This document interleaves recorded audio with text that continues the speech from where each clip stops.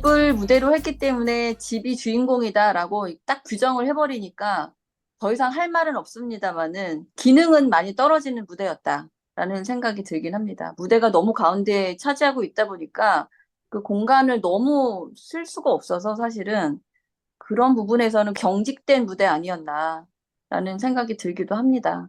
그런데 이제 우리가 현대미술이 그렇기도 하겠지만 작품을 내놓고 설명으로 반 이상을 모든 거를 이런 이유에서 했다라고 얘기를 해버리니까 그렇게 하기도 힘든데 애쓰셨습니다라는 말이 나올 수밖에 없더라고요. 아무튼 브라운관을 왔다 갔다 하시는 이런 배우님들이 무대 위에서도 장기 공연을 끝까지 잘 해내시는 그런 모습들, 이런 거는 보기 좋았던 것 같고요. 앞으로 작은 공연장에서 소규모 공연의 연극일지라도 저희가 좀 소개도 많이 좀 하고 또 많이 가서 보고 이런 활동들을 좀 해야겠다라는 그런 생각을 많이 했습니다. 집, 좀 전에 말씀하셨는데, 저는 벚꽃동산 공연을 볼 때 가장 재밌었던 게 집이었어요. 딱 무대 중간에 차지하고 있었던 집.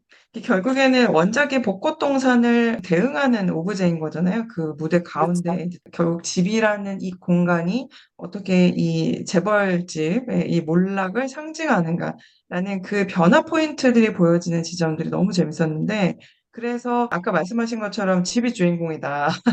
그렇게 우리가 생각될 정도로 굉장히 정교하게 축조된 무대다라는 생각이 들었고, 그리고 배우들이 집 안에서만 연기하는 게 아니라 집 위에 올라가서도 연기를 계속 했잖아요. 그래서 이제 그 집을 깔고 위에서 이제 연기하면서 그 위에서 이제 내뿜는 여러 에너지들이 저는 되게 재밌게 느껴졌고, 그리고 이게 이제 인터미션 들어가면서 깜짝 눈이 내리잖아요. 그러면서 이 집이 까만 눈. 몰락해가는 그 과정을 굉장히 시각화시켜서 보여주고, 이 막 내내는 거의 뭐 까만색 눈이 쭉 내리면서 배우들이 약간 걱정이 될 정도로 저 폐 괜찮을까?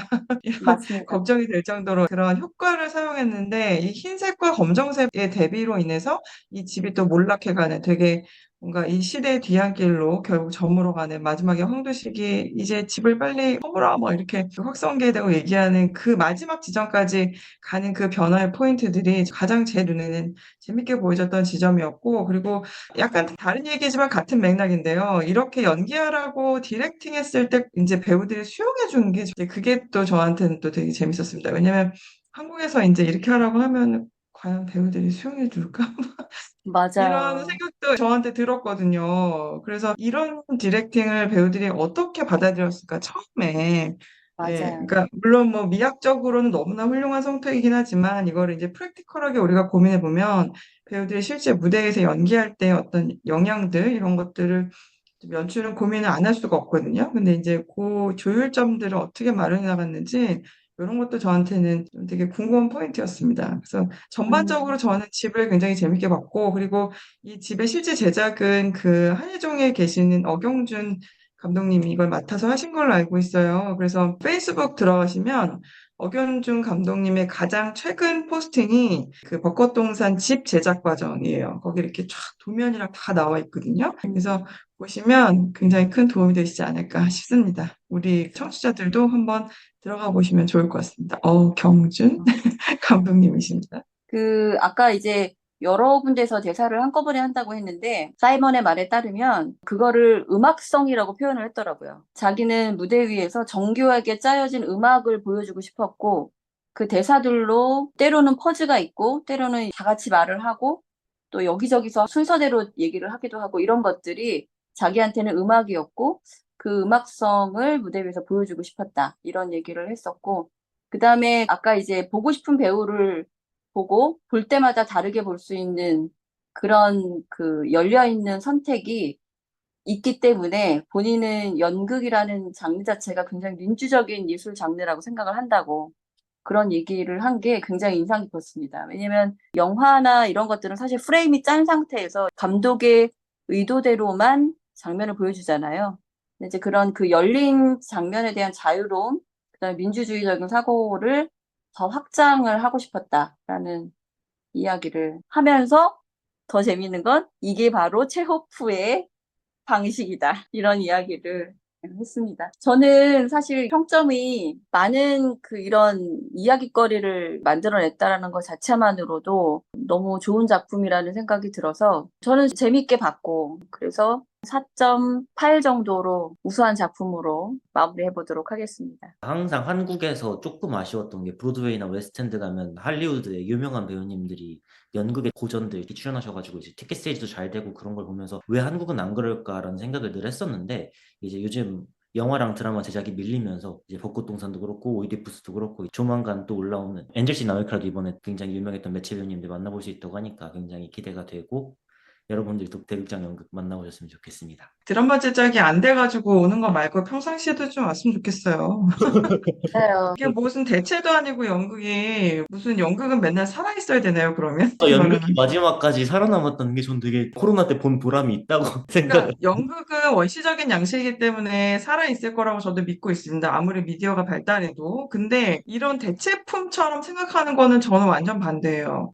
맞아요. 그게 현실인데, 그동안 연극판에서 정말 오랫동안 연기하고 진짜 실력 좋은 배우들에 비해서 그런 네임밸류 때문에 티켓 세일즈를 잘한다라는 이유 때문에 아마 이러면은 또 씬의 생태계가 바뀌잖아요. 예, 이게 저는 되게 큰 문제라고 보거든요. 제가 아까도 음, 말씀드렸지만, 지하철 타고 음, 가는데 보면서 너무 많은 생각이 드는 거예요. 그치. 아, 이게 만약에 이 배우들이 아니었으면 이렇게까지 광고를 했을까? 이런 생각을 맞아요. 하면 그걸 보고 그 어떤 일반 관객들이 혹하지 음, 않을 수가 있겠어요. 어. 그러니까. 그러니까 이게 사실은 뭐 그렇지 않아도 우리가 보아야 하는 소규모 연극 작품들도 너무 많은데 아까 얘기한 뭐그 유명한 배우들 이런 데만 가지 말고 그런 것도 보러 다녀야 된다고 생각합니다. 저는 손상규 배우 연기가 전 제일 좋았어요. 제일 맞아요. 뛰어나다고 생각했어요. 가장 하기 힘든 캐릭터라고 생각했는데, 예, 맞습니다. 왜냐면 캐릭터가 약간 희미하잖아요. 희미한데 원래 손상규 배우가 갖고 있는 원래 보여주던 그 연기력하고도 되게 많이 다르고 그래서 이제 이거 만들어내는데 아마 되게 고생 많이 했겠다. 근데 너무 재밌는 거예요. 저는 손상규 맞아요. 배우가 말딱 하기 시작하면은 귀가 막 쫑긋 이렇게 돼가지고 정말 재밌었어요. 맞아요. 그 네. 저도 다 음, 잘했지만 이 중심을 딱 잡아주는 배우가 음. 저는 손상규 배우님이었다고 생각해요. 저도. 네, 그래서 만약에 네. 저 손상규 배우가 없었다면 이게 다 좀 음, 날아가지 않았을까라는 생각이 들더라고요. 저는 최희석 동의합니다. 배우님도 되게 좋았어요. 제가 사실 음, 원작에서 발야를 이렇게까지 현실적이고 공감이 가지 않았는데 이번에 제일 최희석 배우님 음, 공감이 가더라고요. 약간 음, 음. 한국 사람들이 공감이 안 갈 수밖에 없는 그 K 장녀처럼 캐릭터를 구축해 오셔서 굉장히 음, 신선했던 것 음. 같아요. 아까 이제 이 네. 작품이 희극과 비극을 넘나드는 작품이라고 딱 규정을 했잖아요. 사이먼 스톤이. 그래서 최희서 배우님도 입양된 딸이어서 음, 내재된 그 아픔이 있음에도 불구하고 음, 막상 그것이 밖으로 다 오픈이 되고 자기 것들을 다 열어놓는 그 상황에서는 결국 웃더라는 거죠. 그냥 하염없이 웃는 상황들. 그다음에 희극과 비극은 큰 차이가 없고 예를 들어서 교통사고가 나서 사람이 죽어가는데 그 와중에 자기 그 비싼 차가 고치려면 돈이 얼마나 들지? 이런 생각을 동시에 하는 게 코미디라고 얘기를 하더라고요. 근데 이제 이 작품에서 각 캐릭터들이 그런 비극과 희극을 계속 넘나드는 그런 것들을 유지를 해나간다라는 건 어려운 일인데 그런 의미에서는 이게 재창조하는 그 사이먼 입장에서는 굉장히 지능적이다. 그거 하나로도 그냥 이 모든 것들을 다 넘기는구나라는 생각이 들더라고요. 뭐 끝이 없네요. 너무 재밌습니다. 이런 이야깃거리를 만들어냈다라는 것 자체가 맞습니다. 사이먼 스토닉이 본인 작품이 엔티라이브랑 영상으로 한국에 많이 소개됐지만 영상으로 본 거 본 게 아니다라고 인터뷰에서 얘기를 해서 그래 얼마나 좋나 보자 했는데 진짜 독특했던 것 같아요. 음, 사실 근데 영상으로 음, 봤을 때 더 잘 봤을 것 같다는 생각은 있어요. 왜냐면 시야방에 또 음, 심각하고 음. 때 클리어하지 않으니까 영상으로 보면 조금 네. 더 많은 걸 보지 않았을까 싶긴 한데 근데 그럴 아까 수 있겠네요. 얘기하잖아요. 70%만 보여주는 게 목표라고. 아니 다른 연극에 비해서 비싼 돈을 주고 힘들게 마법까지 갔는데 답답한 거죠. 그 일반 관객들은 답답해. 그렇게 생각할 수 있을 것 같습니다. 진짜. 그럼요. 예, 예, 충분히 충분히, 그렇죠. 예, 충분히. 소구하기도 힘든데 사실 볼 때마다 다른 인물에 공감이 가게 연출했다고 하는데 한 번 보기도 그것도 진짜 힘들어 참 죽겠는데 맞아, 충분히 그럴 것 맞아. 같아요. 예, 맞아요. 그럴 것 어. 같아요. 하다못해 유리 안으로 들어가. 유리 안으로 들어가서 더 안 보여. 왜 맞아. 그러는 거야, 저거는? 이랬을 것 같아요. 연극미학을 추구하는 게 이게 쉬운 게 아니에요, 정말. 맞습니다. 네. 맞습니다. 우리가 이제 미학적인 걸 기대하면서 가니까 어떤 면에서는 그냥 이렇게 뭐 무대가 잘 안 보인다거나 사운드가 좀 이상한다거나 이래도 그걸 이제 미학의 한 흐름으로 생각할 수 있는데 이게 일반 대중을 목표로 하고 이렇게 LG 같은 사실은 예술성과 어떤 사업성이 강한 이 두 개가 같이 겸비되어 있는 작품에서는 와, 이게 좀 어려운 일이에요, 실제로. 그리고 제가 맞아요. 판단하기에는 이번에 일반 관객들도 되게 많이 오셨거든요. 뭐 중년 부부들도 되게 많이 보였고 객석에 그래서 되게 좋은 기획이었는데 또 그만큼 지금 우리 주스님 말씀하신 그런 지점들이 충분히 배려가 됐지 않았을까 그런 생각도 좀 드네요.